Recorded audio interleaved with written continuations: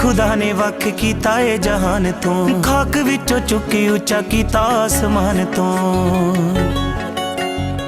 हाँ चुन के खुदा ने वख कीता ए जहान तो, खाक विचों चुकी उच्चा कीता आसमान तो। सदा ही खुदा दी पूरा मर्जी नू कर, जिंदा लोकां नू खुदा दा पैगाम देंदे ने। पागा वाले लोग ते ओ पागा वाला कर, पागा वाले लोग ते ओ पागा वाला कर, जिथे सेवक खुदा दा कलाम देंदे ने।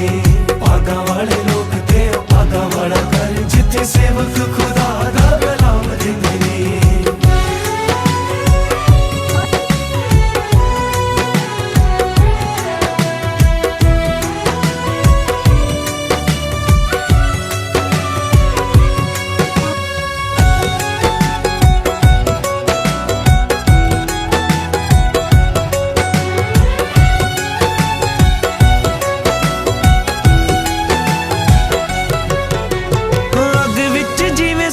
निखर के आउंदा ए, इंज रब सेवकां नू सदा चमकाउंदा ए।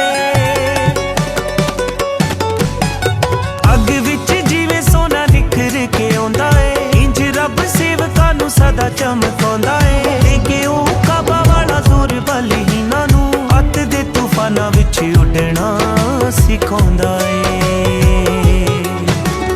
पौलुस यूहन्ना वांगू